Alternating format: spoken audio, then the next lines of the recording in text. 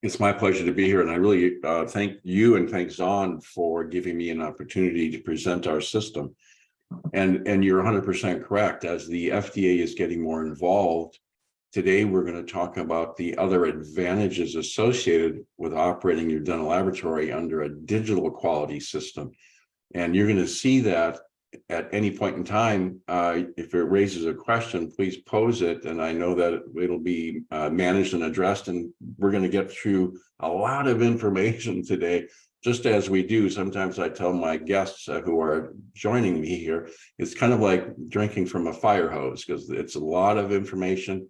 But today, I think you'll find it extremely valuable, because we're going to take the tour through the digital system, and you're really going to get to know kind of a little bit at a surface level, because our system is very involved and engaged within many different aspects of your dental laboratory and your operations. But I'm going to give you the best picture I can today, with an opportunity for you to really see more and get into it more. So let's get started. One of the things I want to talk about is the benefits of a well thought out, strategically designed digital quality system. Because in this time where we're getting deeper and deeper into automated manufacturing and ever increasing processes, how do you manage and monitor all the tasks to keep your manufacturing materials and equipment operating at the top efficiency? It's getting more complex, because as we were in arts and crafts, where we had technicians doing our restorations, now we have so many different pieces of equipment that require maintenance, and materials that we work with that are so different. So how do you transition to this, and then how do you manage it? So by implementing a digital quality system that is designed to provide visibility into your dental laboratory, this is a tremendous benefit for you. And it will provide the managers visibility to all the maintenance records, customer complaints, and more regarding internal manufacturing processes. And we're going to go through all that, because what I want to transition to you, and we're going to talk about going from analog to digital, if you're in such a position, and we're going to find out who it may be in that position in a bit. But we want you to understand that being under an analog system with all that pen and paperwork, it can be viewed as a quality system as a burden, interfering with your manufacturing. Or if you are FDA, or maybe in the past DOMS, if you're FDA registered, it's just getting through your next audit. That's why you have a quality system, is to be prepared the best you can for when that audit comes. Or getting accustomed to the remakes, because the quality system doesn't give you an opportunity, the analog quality system doesn't give you the opportunity to really look at what's happening in your business. So you kind of accept remakes as just part of the business. That's because you don't understand why remakes happen. The analog system does not give you that opportunity. So you are making corrections without understanding the true problem through the remakes or reworks. And you're reacting to the problems with not really understanding the identity or how to solve them, because the analog system doesn't give you much opportunity to sort through or literally report what's going on. It's all separate entries on that pen and paper. It's hard to sort through that and decipher really what it's telling you. And we're going to address that today. Because if you go to a digitally in a design system, it is really going to benefit you with regards to giving you a consistent focus on the quality and how to improve. This will give your opportunity to be more imaginative, because as you really understand the process and how everything is working together, then you'll be able to come up with different ways to understand and source out the complaints that will give you an opportunity to improve your processes and your procedures. And with a quality system, you can identify some personnel issues that may involve better staff training, which will improve their skills. And also by incorporating them into a process through the quality system and educating the staff to help identify these problems and how you can correct them before they're delivered and become a complaint. So with that, by diminishing your remakes, by almost getting to the point of eliminating cases, leaving your laboratory before you understand that there's a problem there, your customers will actually create more loyalty, and they'll have a higher degree of confidence in what you're providing to them. So that's what happens when you empower your staff to bring forward ideas to improve the processes through the education which is provided with our quality system. So it is really truly, when my clients that I work with who have developed under this and implemented under a quality system, they are now leading with their focus on quality. And those labs have noticed they've become more reliable. They've become more stable. They've had a more stable client base, which is extremely important to all of you and every laboratory of my clients. So if what we're going to do is we help you learn how to develop a digital quality system that gives you a window into your company operations to better manage equipment maintenance, better understand the cause of the customer complaints. And so this is where we understand that by identifying and correcting problems before they become systemic, your loss of clients that are so expensive to retain, now they are staying with you, and you have a better understanding of what's happening. And when a customer leaves, you have a better opportunity to address that and eliminate any further customers from leaving. So that's what we're going to address. And those are a lot of statements that I'm making, and I want to get into that more, but let's have that poll question if we can, because I want to see who I'm speaking with, and maybe I can address that better. Absolutely. So I'm going to be sending out a series of 3. So if our attendees wouldn't mind answering, that would be great. Here comes number 1.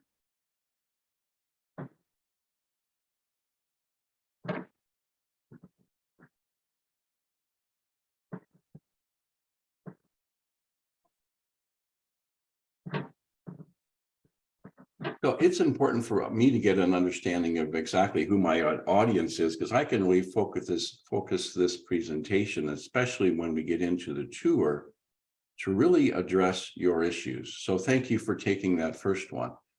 And at the present time, hardly anybody's operating under a quality system. Okay.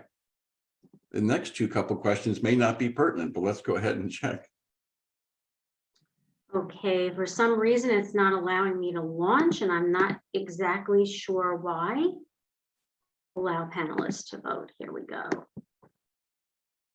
Let's see. So if you're not operating under a quality system, and then there's some of the things I'm going to be addressing. Here we go. As you're operating under an analog system, then it's going to be better for you to understand the benefits moving forward with a quality system. So take a couple seconds here to fill out the next question. I deeply appreciate it, because as we go forward, we're going to be looking at the quality system's benefits to every dental laboratory, whether they're concerned about the FDA or not, but really looking for better ways to improve their ability to manage their internal operations. And even if they're DOMIS, we're going to demonstrate how we can best provide you with a digital solution to that type of an operation. Here's our last one. Is your QMS for improved lab quality management? And I think we didn't have anybody who was operating under a quality system. So these questions may not be pertinent unless for some reason the information didn't come through appropriately. Yeah, no, the first 2, Tim, were 100%. So it doesn't seem like anybody's really working under a lab quality management system at this point. That's great. So I have a real clear understanding now exactly how to approach the remainder of this information. So let's start with some important aspects of the quality system when we go digital, because one of the things that's happened is when we were presenting to our clients an analog system of pen and paper, we had no requirements from the FDA. And these documents we had 15 clients that were audited by the FDA, and they were going through all this pen and paper. So when we moved over to the digital side, the FDA presents a lot of information now that we have to be compliant. And just so you have a complete confidence in us, evo820 is basically under the FDA Code of Federal Regulation Title 21. And that is what the FDA has brought forward that requires us not only to be compliant with the FDA, but also be compliant with the International Standards Organization and the International Electronical Commission. And so we do have the requirement to demonstrate that we are compliant with the FDA. And of course, what that does and what that means to us is that the FDA in their Title 21, Part 11 sets requirements to ensure you and the FDA that all electronic records and signatures are trustworthy, reliable, and equivalent substitutes for paper records and handwritten signatures. So it provides us with a guidance also how to improve cybersecurity on your for your computers, and of course, for our computers that are supporting the system. And that's this all for all regulatory industries that fall under the FDA, which we do. Yes, we have that exemption. We've been operating for a long time, but as we go more into automated manufacturing, we're getting more involved with the FDA, or vice versa, the FDA is getting more involved with us. So this really sets, though, that Title 21 sets the requirements that evo820 must prove their processes and products work as they're designed to, and all the processes are working as they're intended to do. So we live up to that, and yes, we have completed it. So that's a good thing that I get to share with you. And I want to also talk a little bit about the evo820 in a different sense. Now we're going to get into, first off, I want to talk a little bit about some of the testimonies, and you can read through this quickly. And I was looking on my computer to bring up my next screen, which is coming very soon, which is our tour. But this came from Karsten, and this was a very important statement to us because we've been in development for over 4 years. Actually, it's 5 years, but in 4 years, we've actually gone to a beta. And this is what some of the processes and the statements we're getting back regarding the evo820. So as we go through the beta process, we are listening to our clients and making adjustments, but this is important because going into a quality system, we don't want to be burdensome on the production processes within your laboratory. So this is very important that we actually became very simple to operate. Our quality system is intuitive to use and it speeds up the processes. And another statement that came from our clients is that they now have fewer people involved in the process. So let me go now into our platform. And again, if you have any questions, please feel free to post them and we'll address them as we can. So this is our dashboard, and this is your portal to the quality system. And this is our digital dental lab. It's a make-believe lab, but so not all of our entries are 100% realistic, but we use it for training. So we have a lot of different numbers. So for example, in our complaint window, as you can see here, which is right on the dashboard, it gives you a very immediate understanding of how many complaints you have in total. And you can sort this out, which I'm going to get to next. And of those complaints, you have 4 that are open. So this is very quick for a lab manager or an owner to go in and see exactly at a glance what's happening with regard to complaints, their customers complaining. And it also provides you with information of what department those specific complaints come from. And then we have in the next window, the corrective and preventive actions. This is where a complaint is now escalated into a process where it's identified as an internal manufacturing process or personnel issue that needs to be addressed and corrected or prevented. And that is a very important process, not only to the FDA, but to laboratories, because that means there's a corrective processes that can stop problems and complaints from happening in the future. And here again, I can identify exactly where those CAPAs processes are existing. Okay. Now I'm going to go over here to the left panel. The left panel is all of the modules where the document and recording of tasks is captured.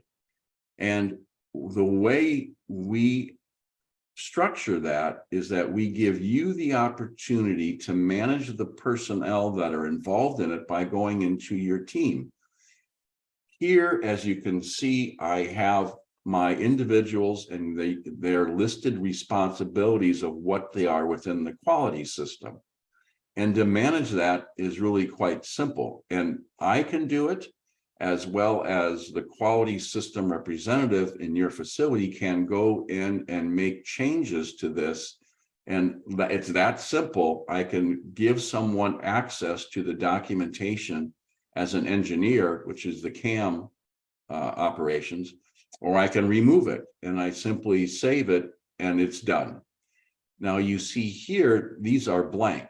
So they have no responsibility for documentation, but we as a laboratory want to spend time training them. So by having them here, they are added in our digital documentation, training each of these individuals in their specific responsibilities, which is important for a lab owner because then, and the manager, because they can demonstrate that, yes, they're communicating with their staff, they're engaging them, as I mentioned earlier, the importance of that, getting them really part of the culture and identifying issues and understanding why, the importance of them having that ability to bring it forward.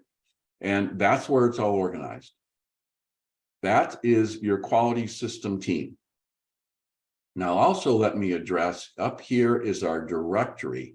And this is a very important tool for our clients, because this gives us the opportunity to work with you to literally customize your quality system to suit your laboratory needs.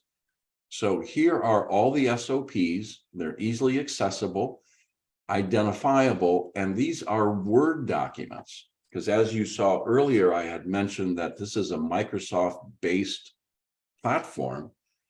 And with that, all of the documentation, all of the records you're familiar with because they're in Word, they're in Excel, and but they're all locked down to your specifics because of that Title 21, Part 11.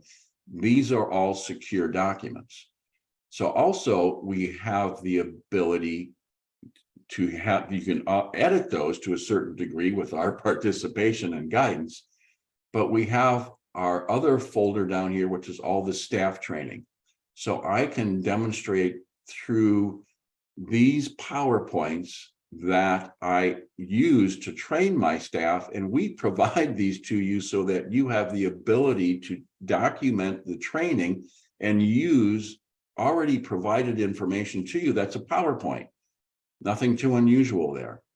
And we also have your work instructions. And this is where you have the ability to go into your quality system and upload all of the specific work instructions that we work with you hand in hand, side by side, to properly create these. One, to satisfy the FDA, if that is a need for you, or two, to really customize the work instructions so that they suit your needs and they're very straightforward and don't become too wordy.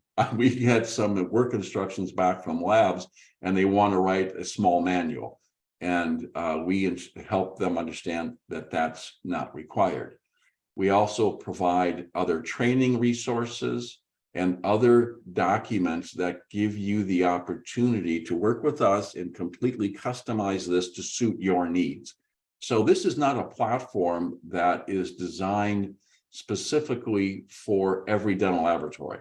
It is customizable specifically for your dental laboratory. So let me go through the equipment log, because this is very important for you to be able to understand the simplicity of it, but also how thorough it is. So I'm going down here under manufacturing, and you can see we have different labels for each category: management and the quality system representative, our customer relations, our materials and purchasing, but also manufacturing.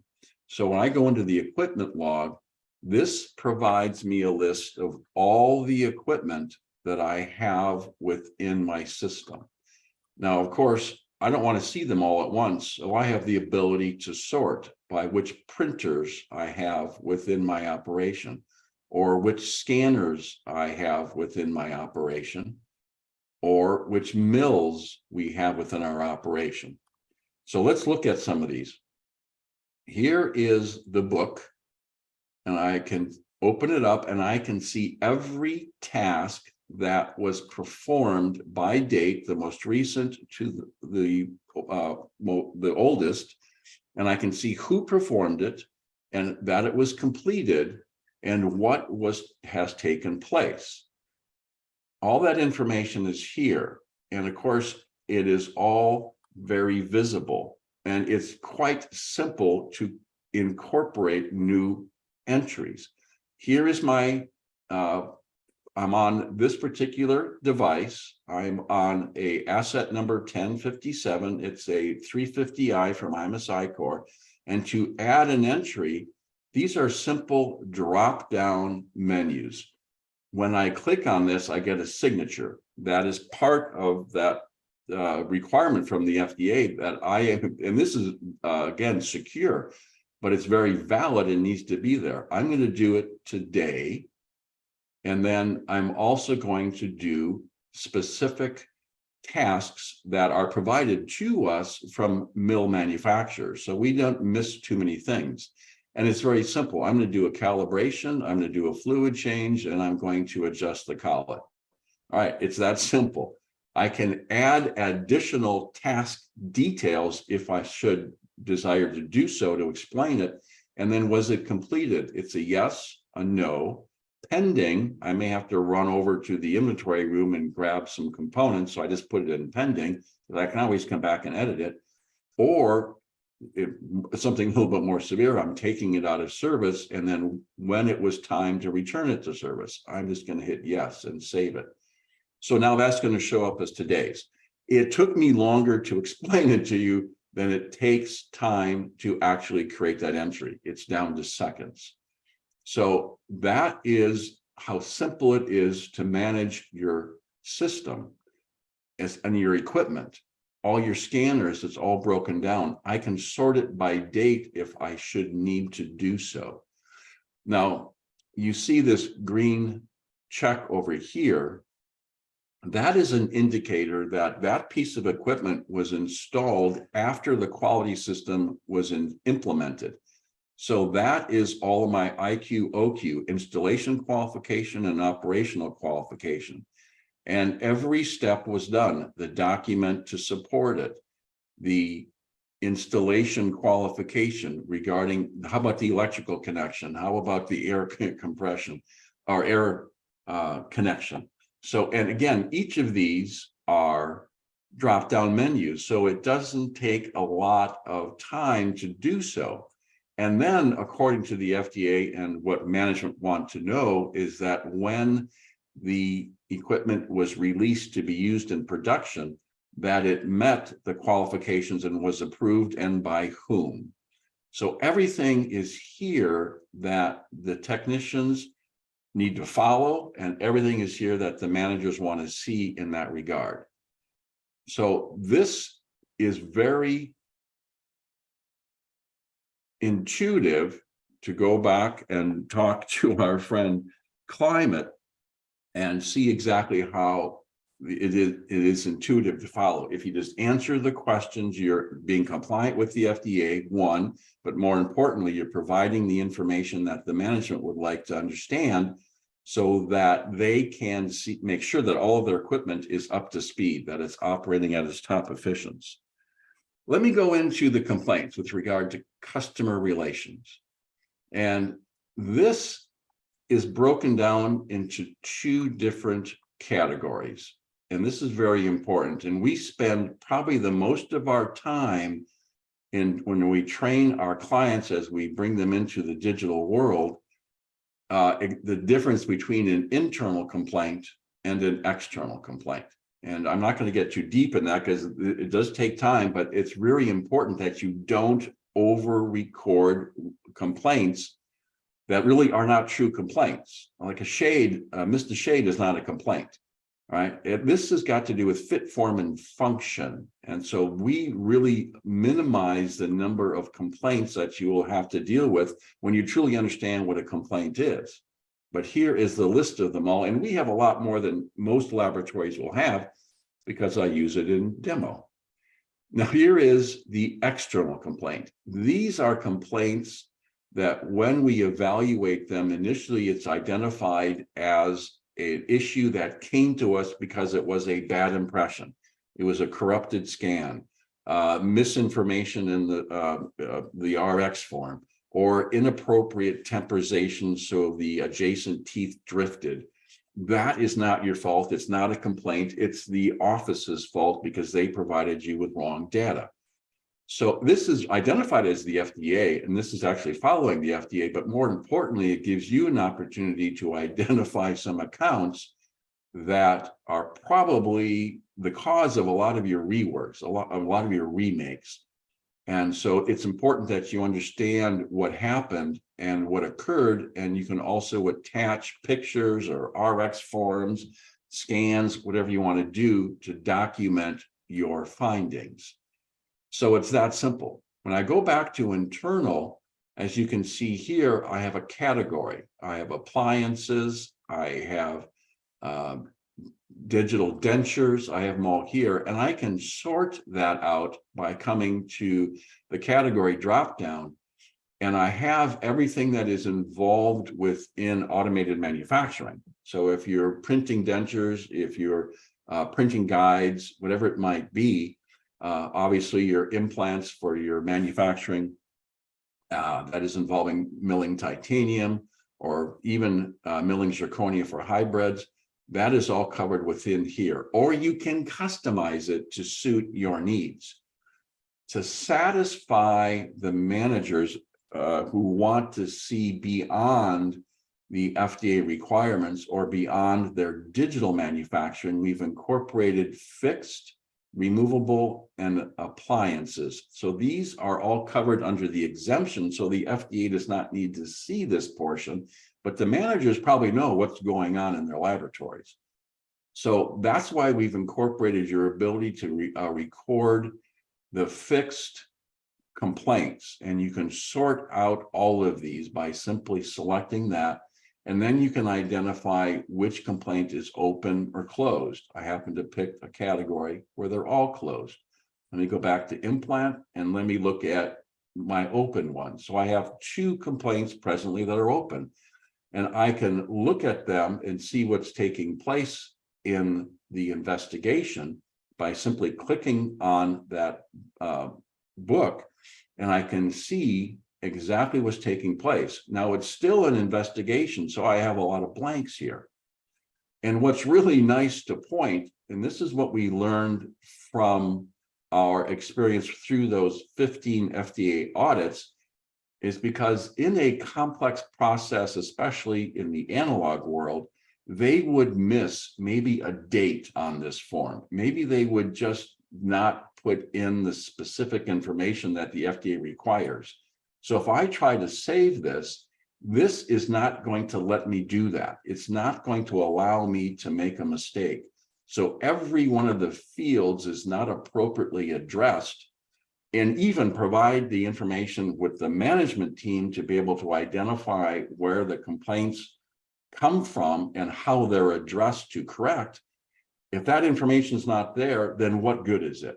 So we've eliminated the ability to close out this complaint by not having it 100% complete. Let's go to the closed, right? I'm going to go, now that's closed. That means all the information is there.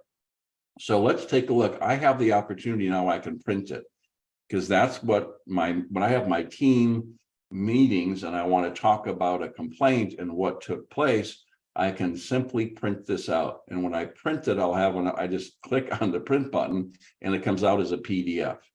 All right. So it's that simple to gather that data. If I want to approach it just as we did in the other windows, here is all the information that was captured. I picked one that was for demo, so we didn't write a novel, as many do. But here's all the information when it was closed. Who closed it? Was it verified and validated? It was approved. It was approved by who? What was the date that was done? And then what was the finally closed out by? And then the date that it was finally closed, and the documents that we attached to this to support the findings. So this is all a lot of information, isn't it? But to complete this process is relatively quick, because as you can see, a lot of these are drop-down menus, so that you don't have to spend a lot of time filling it out, except for the specific information related to that case. All right. Okay, so that's my complaint log. And we've covered an external, I'll get into that. Well, yeah, I'll get into that later. I'm considering on time here. So here you see exactly what's going on within the quality system and what's happening in your complaints, what's happening in your manufacturing. When we talk about our team training, it is also an opportunity to go through and sort these out by individual or by group trainings, because there's a lot of group trainings where you bring a department together and you may go over specific information. And there is an opportunity for you to incorporate the attachment, which might be the PowerPoint that you use that we provide. It might be a policy that we present to you that I write that is specific to UDI, unique device information. That is if you're a 510K holder, or if you are working with some more involved with the FDA. We have all the information available to you so that you could provide this training from information that's provided. Okay, so let me go back, and I want to talk a little bit about suppliers, because this is also important, because each supplier that is providing you with critical information, critical products or critical equipment, it's important that you keep track of them, because as you know, as you go through a year, there may be situations where a problem within the laboratory may be related to a specific material, zirconia. It could be related to a resin material. It could be related to a piece of equipment. It could be related to a number of different causes that come from specific suppliers. So here you have an opportunity. One is to do a supplier assessment. This is an FDA requirement, but it gives you an opportunity, first off, to lay down who your suppliers are, what material they are providing, and also the assessment that is required to take place by the FDA. However, if as a laboratory that is not involved with the FDA at all, this gives them the opportunity to identify and document the performance of their suppliers quickly and easily. So it is very straightforward for you to, number one, enter this information, which I'm not going to dig into, but I can go in and look at exactly what they're doing and how we control them and how we communicate with them and how they're interacting with us. Now, if I have a situation where I have a supplier who is not coming through, and it may be Argon that is not providing all the information that you need, you can go in and create a SCAR and just document that you've had problems with Preet and you've had a problem with DES. And again, this is a make-believe done laboratory, so these were easy names to come up with. And this is a drop-down menu, again, where all of my suppliers show in that drop-down menu. So I can pick on Ivoclar. You know what? I'll pick on evo820. Why not? And then I can go through this process and put down what information is needed to be able to identify the problem that is associated with evo820. I've got it documented now so that I can identify it in my manager's meetings. I can work through the exact situations that we need to address with some of our suppliers. Admittedly, that's rare. All right, that's a good thing in our industry. We have a lot of really good companies that we work with. However, there are those instances where we have issues. And a lot of times we need to document it so we can share that information with our suppliers and demonstrate it to them in writing. Okay. All right. So that's a lot of information. That's really a lot of information that we captured. Everything from our training, everything from our customer complaints, when they accelerate to a CAPA, our materials, our suppliers, everything that's coming up from that, our equipment logs, the process validation when we install them. And I went through the IQ/OQ with you. So what good is that information that I've got it now digital? And this is where we separate ourselves from every other dental laboratory quality system. So I'm going to go into our reporting system, and here are all of my complaints that we looked at in that log. Now I have a visual identifier of exactly what's going in my lab. And let me take this up to full screen.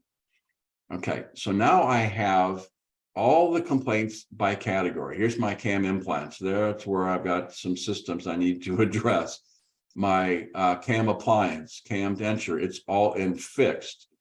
And so the removables isn't showing up here because there were no complaints on removables. So only the information and the data that's within your quality system is drawn out and put into this report module. So I can see here by category, and over here I can see by software, material, personnel, equipment. We had some blanks because we left it that way, unfortunately, but that's what shows up in our system, but it wouldn't be there normally. And what it comes down to communications. Now I can sort it out just by that, and by a simple click, I'm changing the reports for the information that I want to see, okay? Or I can do a little bit more deep down, and I can go here and I can sort it out, and then I can do it by date. So I have the ability to change the date according to the information that I want to see on that. And then here is the listings of all of the complaints that are related to this situation. So if I want to, I work with one that is specific in the information that I want to identify a complaint that's standing out for me, I can go in and highlight it, take that information, okay? And then I can identify that exactly what's going on by going into my system. So I'm going to copy this one. I'm going to jump out of that. I'm going to go back to my quality system. I'm going to go into my complaints, and then I'm going to sort this one out. It's that simple. Now I can identify exactly what happened in this complaint. I can print it. So here's all the information that is related to it. These were just tests, but that I'm showing the process. The content, that's up to you. But that's how quickly I can identify a specific complaint that I want to share with my team, or I want to just understand better. So it is that simple to jump back into the quality system and identify that. Very simple. Okay. And then I just click a button and I got back to all of my complaints and how do I address them. So I have complete capability here of controlling the information on this. Another aspect of this is if I want to address the complaints in a meeting with my team, I also have the ability to export it. And here we go. I'm just doing a couple of clicks, and now I can open up this document, and there it is. And here is my Excel spreadsheet that I can go through and identify. These are all of them. And as you know how to use Excel, it is very simple and very straightforward to sort them out in the same, or I can manipulate this to be in the format that I want, easier to read. I can go over to sort, and I can sort custom, and I can, of course not. There we go. I'm going to pick the whole thing.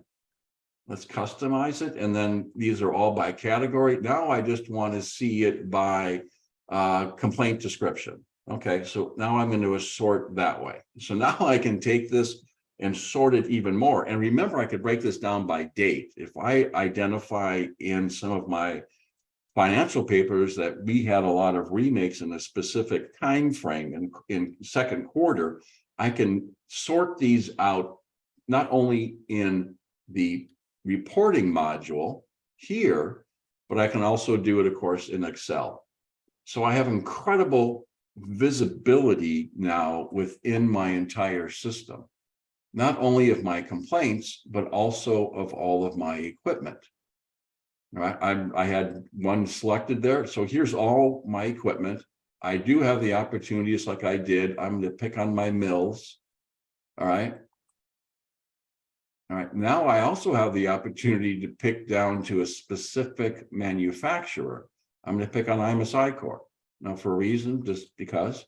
And then I see here, and I can also select that I can either do all. So these are all of the reports and tasking that was taking place, or I can identify it specifically by taken out of service and returned to service, because that is a very production disruptive process. So let me go ahead and I'm going to copy this and then I'm going to go back to my equipment log. And now I'm going to sort out that specific piece of equipment and see exactly what was going on with it. Here it is. Here's the book. So as you can see how quickly I'm moving around and I'm getting the information that I want. What took place with this 350i IMS-ICOR since it was put into production? And I can see here, it was taken out of service. It was returned to service. Now I want to know what happened and why.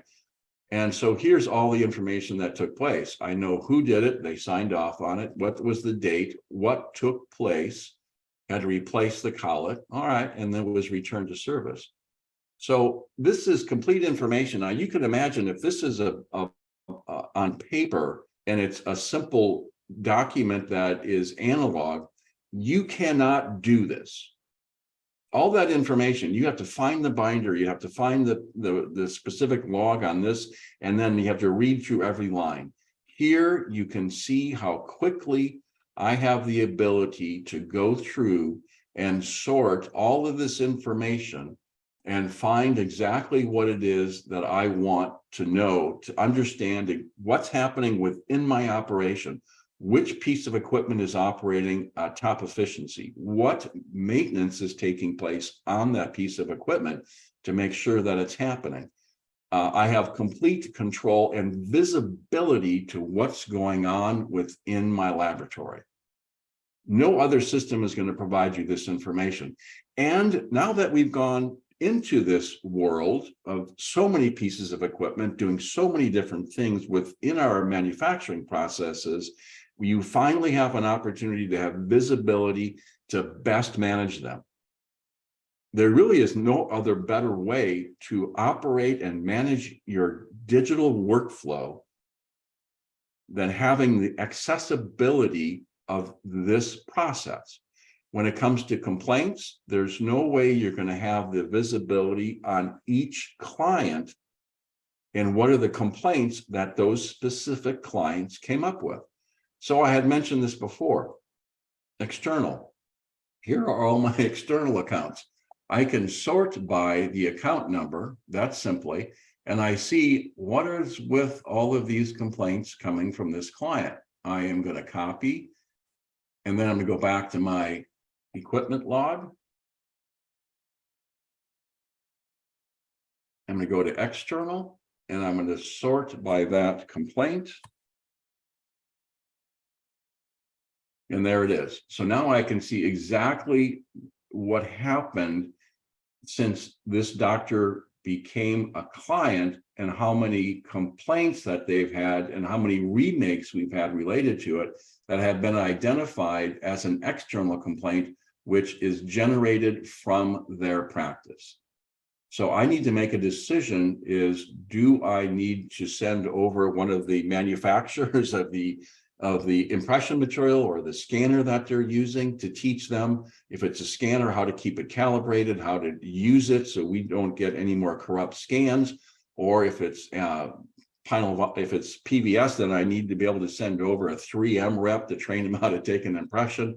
If it's temporization because they didn't do a proper temporization, then we need to address it. Or if it's out of our control or it is completely out of control, then we may have to uninvite a dentist, literally to save you money. So this is where we can make some major changes within your operation, improve your visibility, give you access to so much data, right down to employee training, who's been trained, what they've been trained on, to make sure your team is running up efficiently, up to speed on what they need to do. So I'm getting a little bit my right eye on time, because I want to give us an opportunity to discuss this a little bit and just to kind of go through a few more pieces of information for you.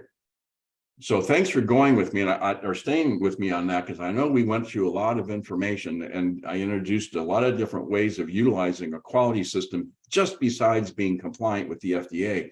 Now it's basically a better tool to manage your lab, by far a better situation.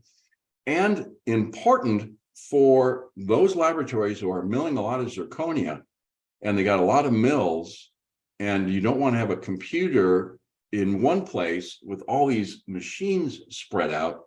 So you can go mobile.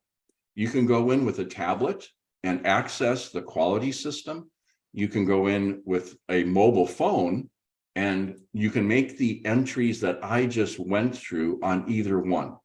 So again, remember, through the team structure module, I can control who has access to what module, so I can make sure that the person who is operating and doing this or has a mobile, that they only have access to the specific information I need to have them access to.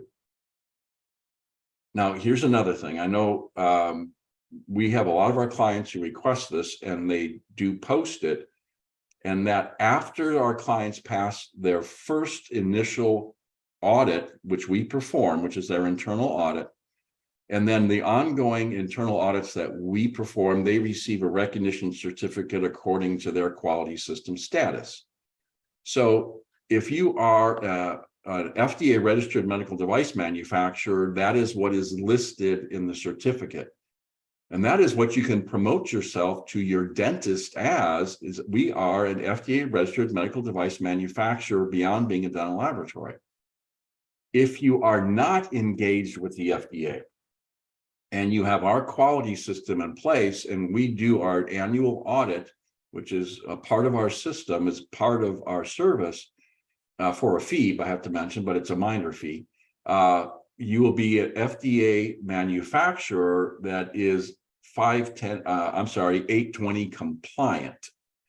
So that means you have no registration with the FDA, but you're recognized by the FDA as being compliant through your participation in the Code of Federal Regulation 820. Okay, so that's an important thing to some of our clients. They really like to have that. And let me share with you another quote from one of our new clients to the eQMS. Now, they've been with us for 5 years in the digital version, and this is what their compliance manager had to say, and I'll let you read through it.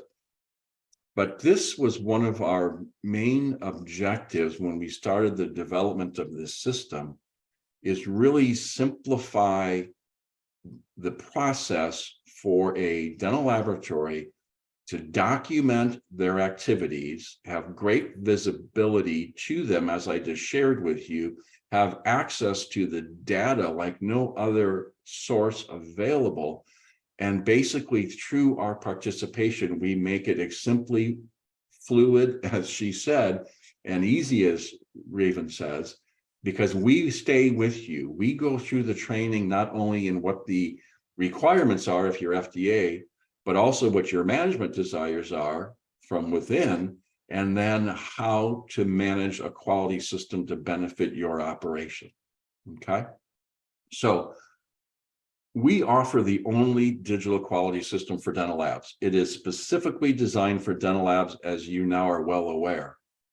And also, it's not only the tool just for the FDA, but it's a tremendous benefit for business management way beyond the FDA requirements.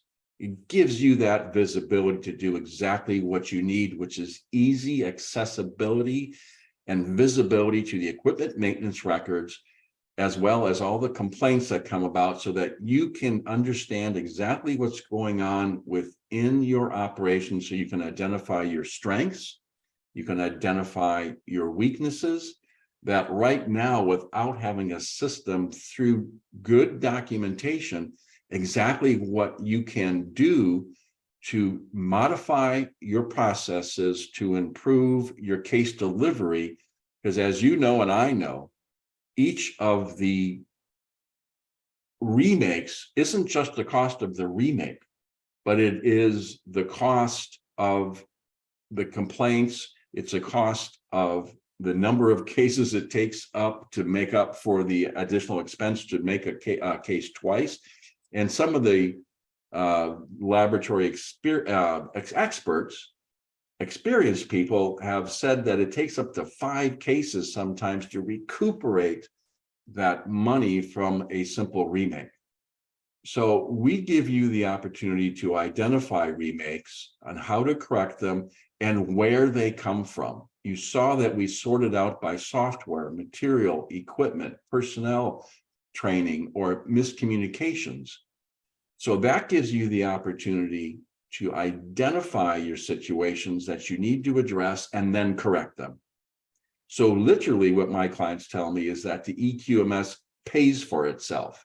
That's a very critical point to bring forward, because we literally give you the opportunity to correct issues, not only in equipment, but also your customer relationship, and also to keep your staff in tune with what's going on within the laboratory. So I want to thank Zahn for giving me this opportunity to go through the presentation, to be able to show you exactly what we developed to support dental laboratories. Yes, the digital dental laboratories that are in automated manufacturing, but incorporating the ability to see traditional fixed, removable, and appliances, if you so desire to record those. And really, I want to thank them for this opportunity. Also, I want to thank their team that supports us. And if you have any questions, if you want to spend some time with us one-on-one, dealing with what a quality system would be customized for your laboratory, if you want to dig deeper, here are the 2 numbers, or the number to contact in the email, that you can directly contact Zahn, and they will connect you with the appropriate person, and we can set a time, a calendar date, to go through a Zoom just like this, but now going a lot deeper specifically into your dental laboratory requirements. So I want to thank you. If you want to contact me, this is my direct information.